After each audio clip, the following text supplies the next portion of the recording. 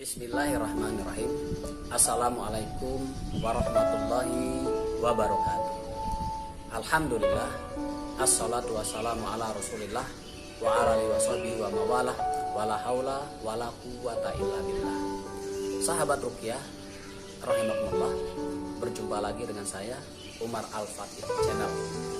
Kali ini kita ingin membahas tentang ciri-ciri marah yang dipengaruhi oleh jin. Ada beberapa ciri marah yang harus kita waspadai, bahwa marah itu bisa jadi dipengaruhi oleh jin. Ketika kita marah dan marah itu berlebihan, maka jin akan ikut menyertai kemarahan kita. Oleh karena itu, marilah kita memahami, mengenal ciri marah yang dipengaruhi oleh jin.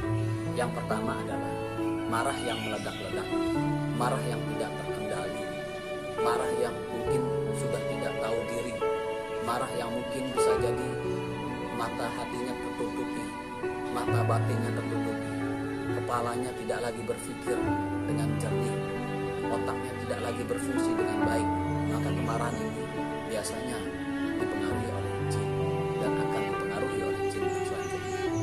Yang kedua, mudah marah, gampang marah, sedikit-dikit marah bahkan kadang-kadang terhadap hal-hal yang sepele, hal-hal yang remeh-temeh, hal-hal yang mungkin tidak ada artinya, atau marah pada hal-hal yang bukan prinsip, pada hal-hal yang mungkin bukan mendasar.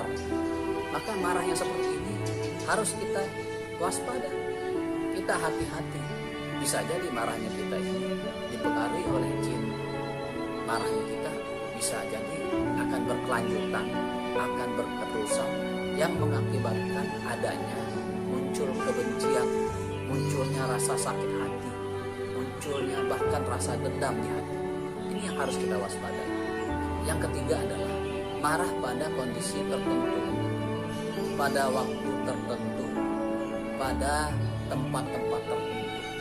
Jadi kalau kita marah hanya pada kondisi-kondisi tertentu, misalnya kita marah pada kondisi kita sedang tidak punya duit, kita sedang kesulitan ekonomi, kita sedang kepepet, maka marah yang seperti ini akan mudah dipengaruhi oleh jin.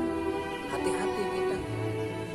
Atau pada waktu-waktu tertentu, misalnya ada orang yang marah menjelang asar, emosinya memuncak, emosinya naik, maka marah yang seperti ini harus kita waspadai.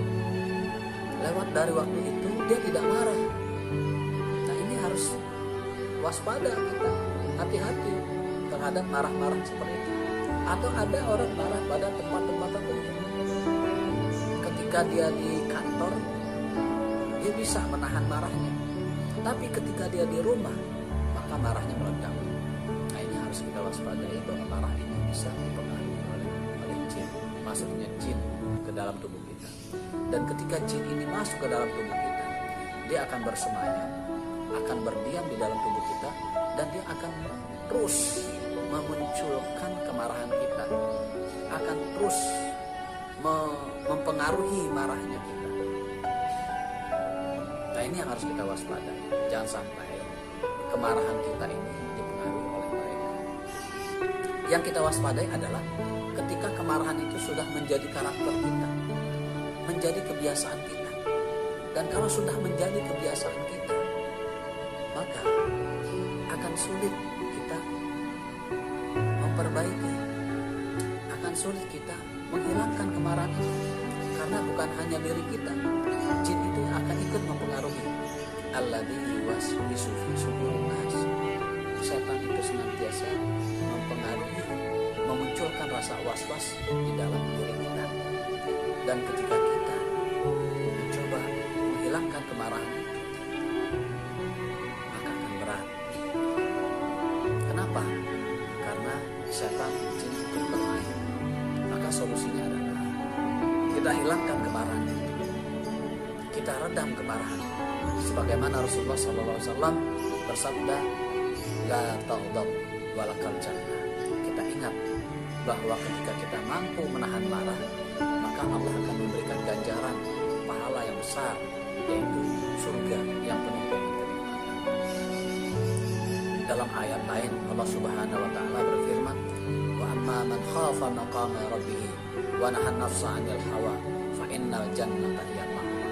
Dan barang siapa yang senantiasa takut kepada Rabb-Nya dan senantiasa mampu menahan hawa nafsunya, menahan emosinya, maka Allah akan memberikan ganjaran surga yang penuh dengan kenikmatan. Al-Jannatul Ma'wa, surga yang tinggi. Sahabat ruqyah yang dimuliakan oleh Allah Subhanahu wa taala. Maka marilah kita mewaspadai kemarahan-kemarahan yang ada pada diri kita, sebab kemarahan ini adalah fitrah kita. Namun bagaimana kita mampu mengendalikan amarah kita dengan sebaik-baiknya.